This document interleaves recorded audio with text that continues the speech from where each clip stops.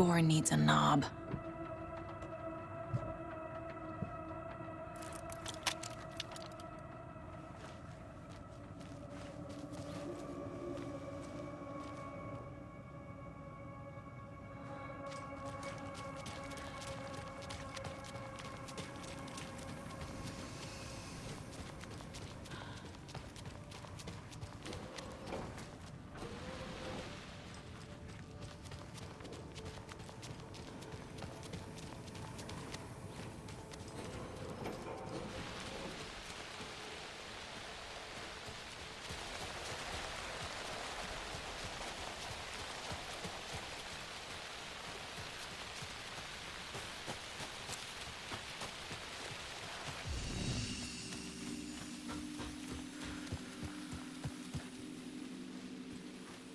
It sure is a beautiful night, huh, man?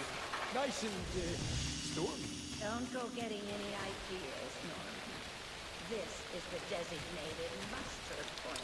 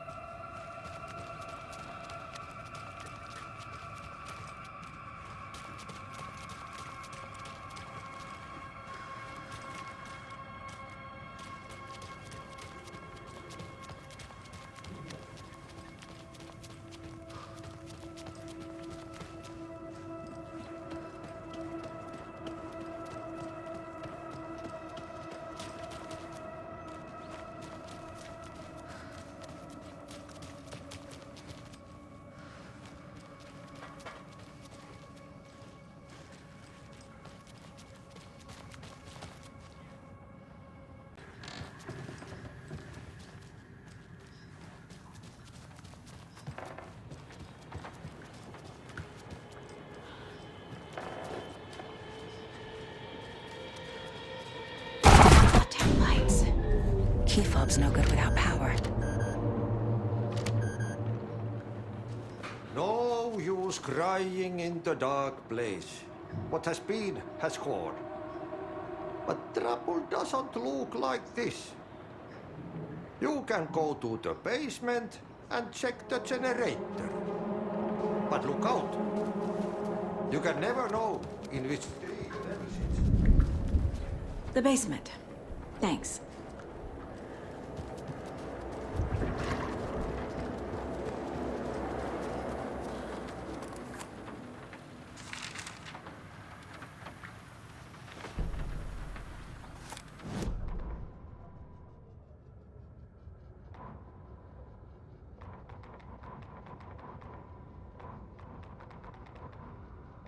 Odin Anderson stirred in his bed, his vision hazy, smudged. He felt weighted down by an ocean of dark water. Through the haze, he made out Saga. Odin felt useless. He wished he could tell Saga how his silly faces made her smile when she was young. Too young to remember. Odin used to joke that Tor was her grandfather, but he was the Allfather. He smiled at the memory. Odin was the kinder of the Anderson brothers. Tor lacked patience, more volatile. The brothers fought a lot, but they were inseparable. Now Tor was missing, dragged into darkness. Odin could feel it. Time was running out for both of them.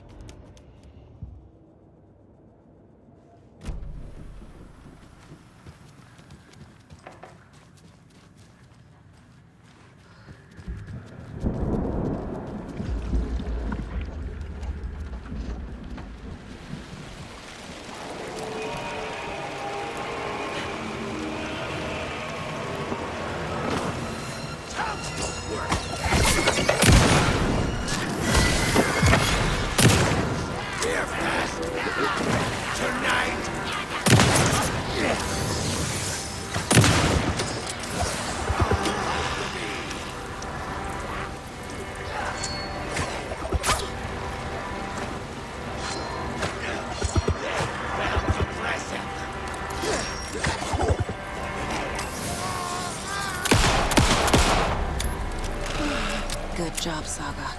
Now keep moving.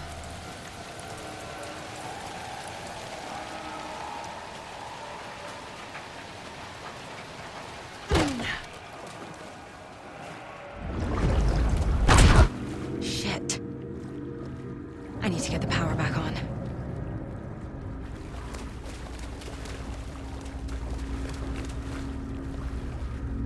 Key fob's no good without power. Key fob's no good without power.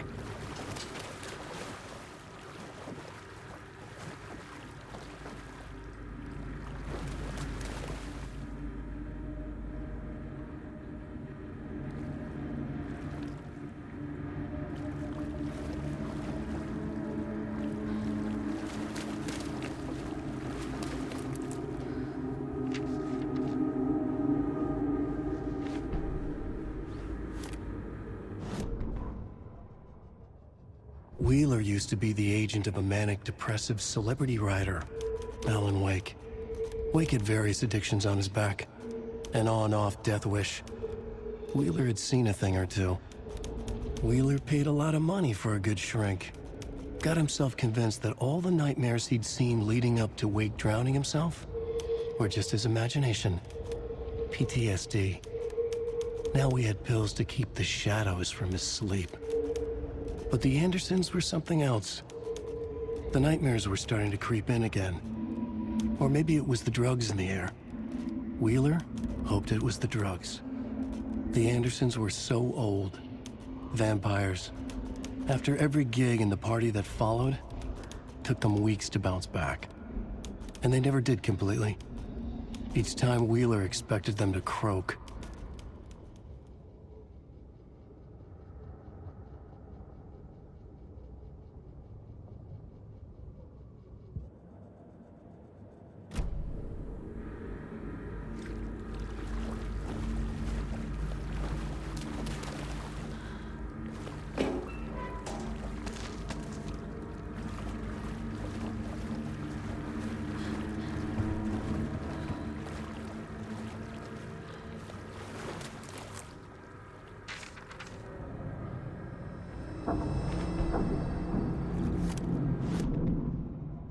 Emmett Elwood had had enough. All his life, he'd been surrounded by the same small-minded, impolite, ignorant people in town.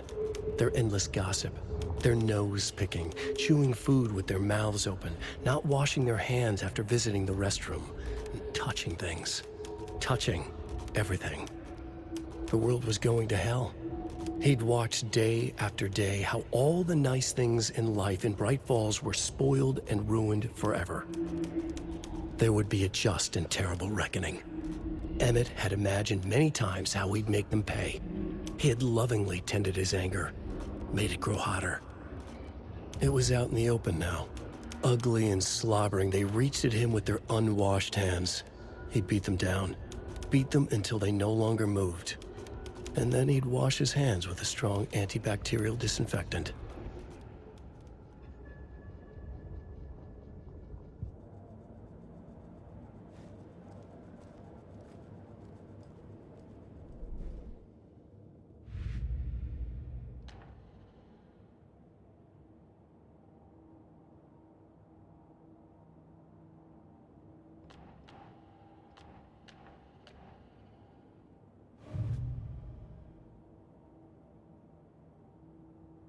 Your grandfather made the song to apologize.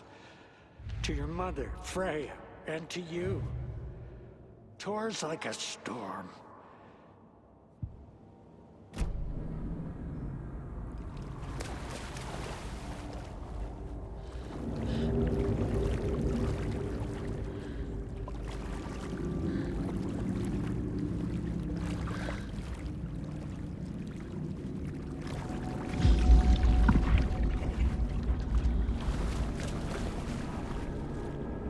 power's off.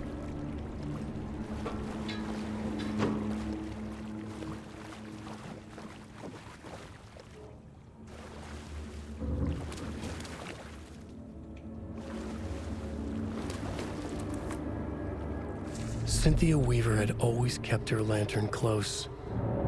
Someone in the bathroom with her. In the dark. Dark water pressed itself into her. She screamed. Cynthia Weaver hated being old. She'd been a doer, a fighter. Now the bathroom frightened her, afraid she'd break her hip, like Norman. Cynthia had always kept her lantern close, to hold the darkness at bay. "Oh dear, my lantern. I think I've lost it," Cynthia said. "This will put a smile back on your face, my dear," a voice said. A man's voice. Someone in the bathroom with her. In the dark. The light bulb had blown. She meant to replace it days ago. How could she forget? She had slipped getting out of the tub. She lay in the tub now. She lifted her hand. It looked wrong. Too many hands. In a black void with no sense of up or down, she was underwater. A dark shape pushed her down. Dark water pressed itself into her. She screamed. It came out in bubbles.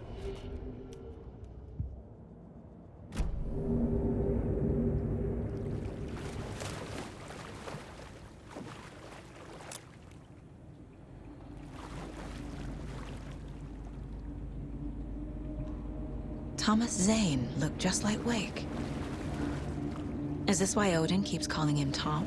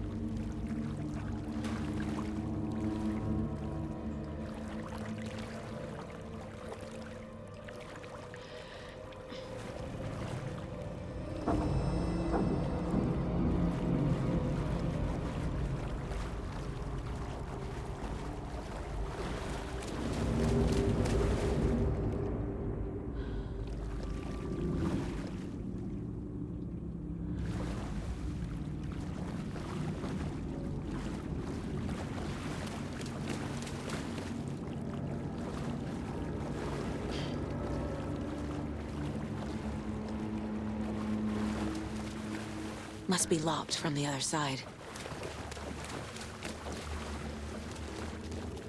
Fuse is blown.